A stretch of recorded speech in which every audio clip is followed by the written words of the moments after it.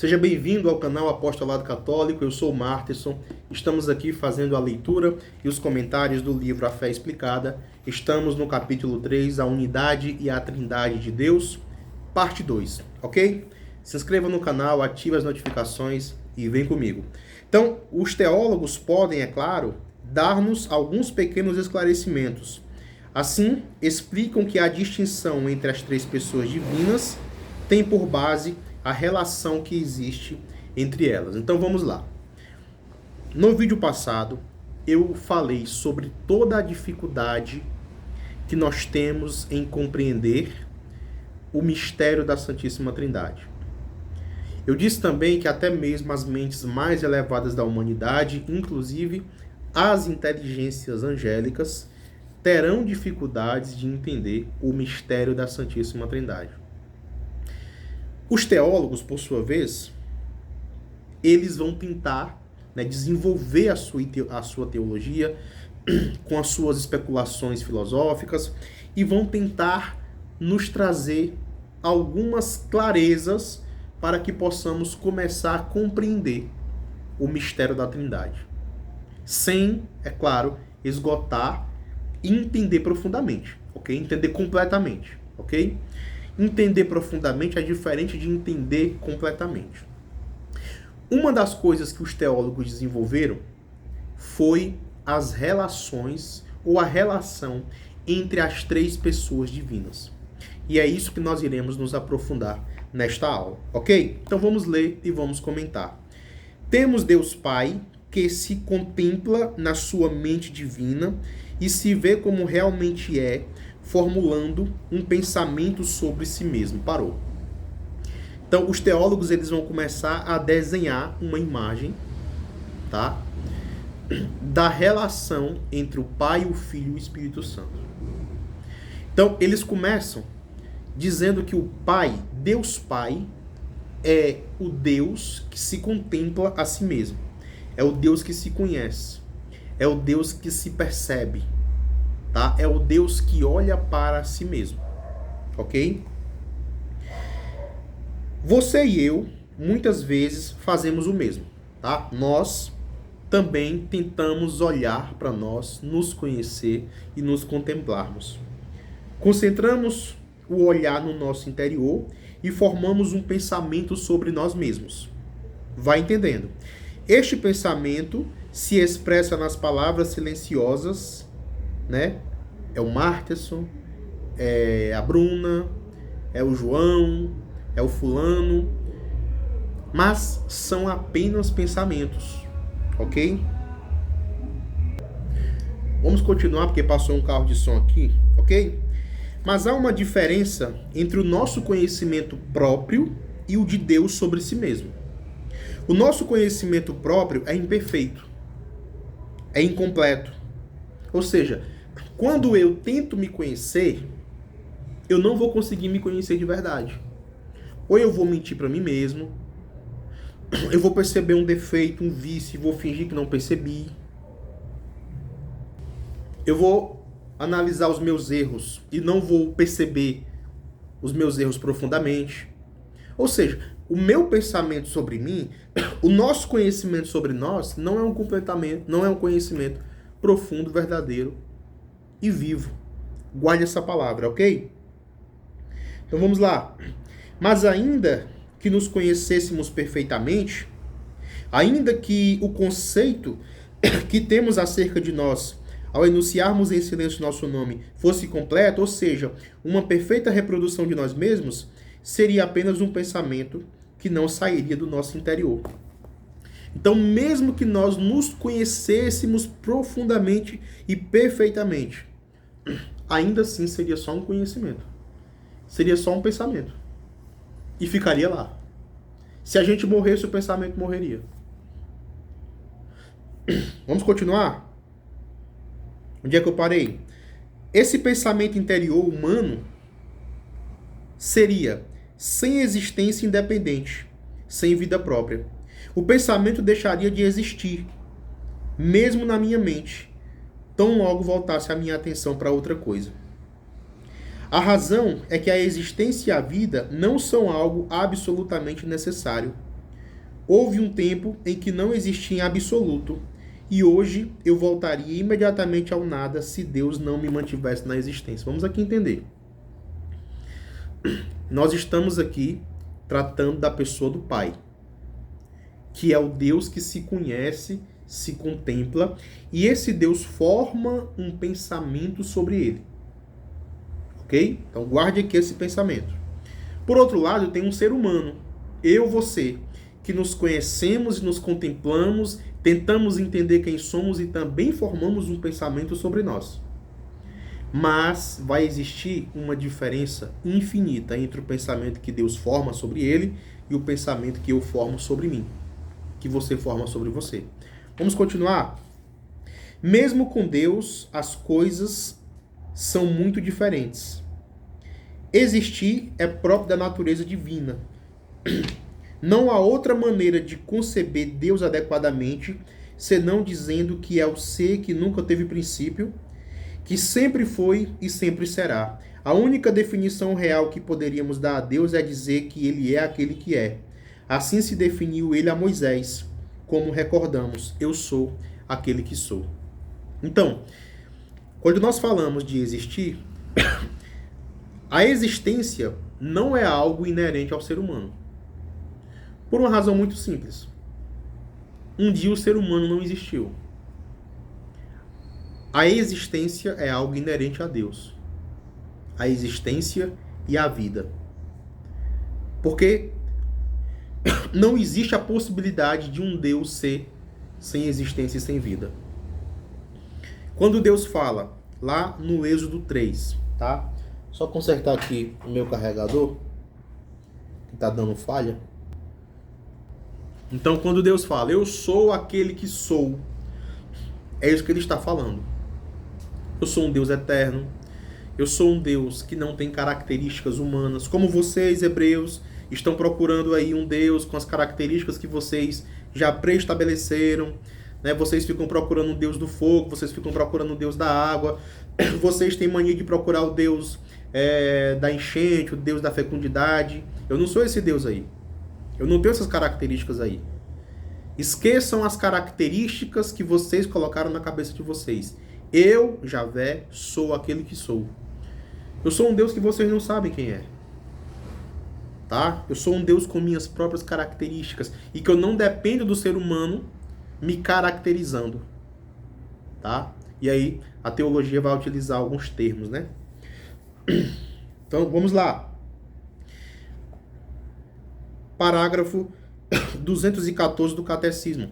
Ao revelar seu nome misterioso de Yahvé, eu sou aquele que é, ou eu sou aquele que sou, ou também eu sou quem sou, Deus declara quem ele é e com que nome se deve chamá-lo. Este nome divino é misterioso como Deus é mistério. Ele é ao mesmo tempo um nome revelado e como que a recusa de um nome. E é por isso mesmo que exprime da melhor forma a realidade de Deus, como ele é, infinitamente acima de tudo o que podemos compreender ou dizer, tá? Então, os parágrafos do Catecismo 206 e 14. Então é interessante que ao mesmo tempo que Deus usa Yahvé, tá? O termo Yahvé em hebraico, e algumas pessoas ficam insistindo em dizer que o nome de Deus é Javé, é Jeová, ali é uma recusa de nome. Foi o que eu acabei de falar. Quando perguntam o nome de Deus, quando Moisés pergunta o nome de Deus, Moisés já estava com uma certa contaminação de ficar tentando caracterizar Deus, porque era típico dos egípcios. E quando Deus fala, olha, eu sou aquele que sou, é como se ele estivesse dizendo, olha, não fiquem procurando nome para mim, porque todo nome tem a ver com característica. Em especial naquela época, tá? O nome de uma coisa tinha a ver com o que a coisa fazia, com o que a coisa era. É como se Deus estivesse pedindo, olha, não coloquem nome em mim, tá? É claro, essa questão do nome, ela deixa de ser problema quando Jesus se revela, tudo bem? Então, se o conceito que Deus tem de si mesmo deve ser um pensamento infinitamente completo e perfeito, tem que incluir a existência. E aqui a gente vai lembrar daqueles dois pensamentos. Lembra? O pensamento que Deus tem sobre ele e o pensamento que eu tenho sobre mim. Esse pensamento que eu tenho sobre mim é morto. Ele não gera vida. Mas o pensamento que Deus gera sobre si mesmo, é um pensamento vivo. E é um pensamento eterno. Ok? Vamos continuar. A imagem que Deus vê de si mesmo, a palavra silenciosa com que eternamente se expressa a si mesmo, deve ter uma existência própria, distinta. Olha, em outras palavras, o que é que os teólogos falam? Deus, quando ele olha para ele e se conhece e se contempla, ele gera um pensamento. Ele gera um pensamento vivo, distinto dele, eterno como ele. Tá? A este pensamento vivo, em que Deus se expressa perfeitamente a si mesmo, chama-se Deus Filho. Então, Deus Filho é o Deus que se conhece. É a palavra eterna. Em arche-ho-logos. No princípio era o verbo. No princípio de quê? No princípio em que Deus contemplava-se a si mesmo. E gerava essa contemplação viva. E é por isso que o Filho é a palavra viva que veio do Pai. E no princípio era o verbo, e o verbo estava com Deus, porque o verbo sempre existiu junto de Deus. E aqui o Novo Testamento vai começar a corroborar com essa teologia, tá? No princípio era o verbo. Esse princípio aqui é a eternidade. Não o princípio temporal.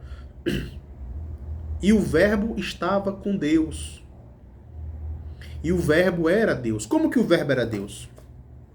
O verbo era Deus porque o Pai, ao se conhecer, gera essa imagem viva. Gera esse conhecimento vivo. E esse conhecimento vivo, segundo alguns teólogos, é o Filho. E o Filho é o conhecimento. O logos, no grego, é isso, é o conhecimento perfeito. É a sabedoria. Tá? A sabedoria construiu sua casa. É a leitura do 20º domingo do tempo comum. Então, é isso que os teólogos vão defender. Existe uma relação dessas três pessoas. O Filho é o Deus que se conhece.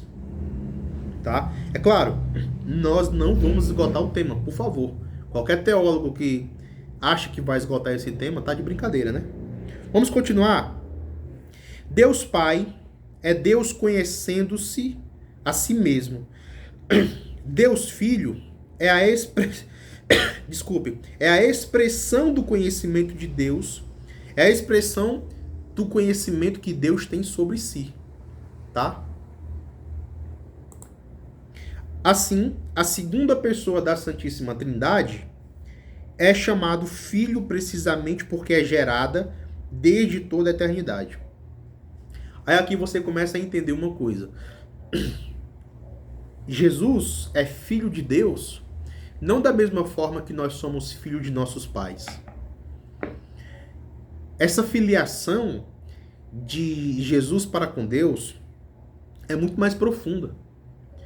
Porque se Deus, Pai, é o Deus conhecendo-se a si mesmo, e o Filho é esse conhecimento vivo que Deus tem de si mesmo, e esse conhecimento é gerado na eternidade, uma geração perfeita e que faz parte do Pai, é uma intimidade muito mais profunda, muito mais infinita e eterna do que a nossa intimidade e ligação com os nossos pais. Ok? Então, é uma filiação diferente. Vamos continuar? Também a chamamos verbo de Deus, porque é a palavra mental em que a mente divina expressa o pensamento sobre si mesmo. É por isso que o Cristo é o verbo. Por que verbo? Nunca se perguntou sobre isso? Porque quando Deus se conhece, quando Deus se contempla, gera-se uma palavra mental. E não adianta a gente ficar tentando entender ou imaginar essa palavra. Não vai ser possível entender. ok? Depois, Deus Pai, que é Deus conhecendo-se a si mesmo, e Deus Filho, que é o conhecimento que Deus tem sobre si, contemplam a natureza que ambos possuem em comum. Ok? Ao verem-se, e aqui nós iremos começar a falar em termos humanos. Lembra que o catecismo fala? Não conseguimos falar em Deus através de uma linguagem perfeita, porque a linguagem humana é limitada. Aí aqui nós iremos utilizar uma palavra limitada para a Trindade. O Pai e o Filho, eles contemplam-se, eles se olham, mas essa contemplação e esse olhar não tem a ver com olhos, mas é a única maneira que podemos usar. É o que a nossa linguagem humana nos permite. Então, eles contemplam-se um ao outro, ok? E eles percebem a natureza um do outro. E quem um e o outro é. E eles percebem o quão puro cada um é, o quão bom eles são, e assim sucessivamente, ok? Então, eles são belos, são puros, tudo aquilo que produz o amor, né? Em grau infinito. E assim, a vontade divina origina um ato de amor infinito para com a bondade e a beleza divina. Então, o Pai contempla o Filho contempla o Pai, e ambos percebem que não dá para ter outra relação um com o outro a não ser amar. Como é que eu não vou amar? Tu seduziste-me e eu me deixei seduzir. É impossível eles se contemplarem e não se amarem, e não se seduzirem, e não se admirarem, ok? Uma vez que o amor de Deus por si mesmo, tal como o conhecimento de Deus sobre si mesmo, é da própria natureza divina. Olha aqui, vamos entender. Tudo que Deus gera faz parte de sua natureza. Então, quando Deus ama o Filho, e quando o Filho ama o Pai, aquele amor que eles estão ali produzindo também é um amor vivo. De modo que faz parte de Deus. E tem natureza de Deus.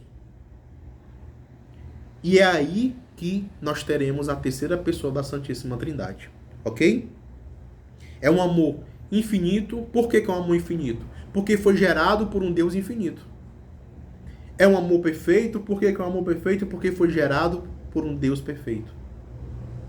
É um amor verdadeiro porque foi gerado por um Deus verdadeiro. E nós temos aí o Espírito Santo, ok? Vamos continuar? Este amor infinitamente perfeito, infinitamente intenso, que eternamente flui do Pai e do Filho, é o que chamamos de Espírito Santo, que procede do Pai e do Filho. É a terceira pessoa da Santíssima Trindade.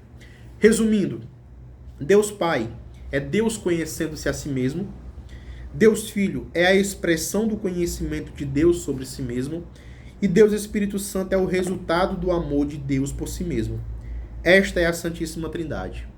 Três pessoas divinas em um só Deus, uma só natureza divina. No começo, nós tivemos uma certa dificuldade de entender como que três pessoas fazem parte da mesma natureza. Mas aí, com o desenvolvimento da aula, a gente vai entendendo. Não, pera lá. É o Pai que conhece a si mesmo e gera o Filho. E quando o Pai e o Filho se contemplam e se conhecem, porque ninguém viu ao Pai a não ser o Filho, e ninguém conhece o Filho senão o Pai, ninguém conhece o Pai senão o Filho, aquele conhecimento que o Evangelho fala não é um mero conhecimento intelectual, né? Não é um mero conhecimento de saber quem é o conhecimento de ver a essência um do outro. Ninguém conhece, nem a Virgem Maria conhece, nem o anjo mais poderoso conhece. Somente o Pai conhece o Filho, somente o Filho conhece o Pai. É esse sentido. Então, esta é a Santíssima Trindade. Marterson, mas tem um monte de coisas que eu não entendi. Óbvio, o mistério nunca vai ser esgotado. Ok? O mistério nunca vai ser esgotado. Então, na próxima aula, nós iremos finalizar esse tema, tá? Da Santíssima Trindade. É complicado. A nossa linguagem é muito difícil para a gente abordar esse assunto, tá? Tanto a mente como a linguagem humana é muito limitada para a gente abordar, tá? Mas eu estou fazendo o meu melhor. Se inscreva no canal, ative as notificações e vamos continuar os nossos estudos. Abraço!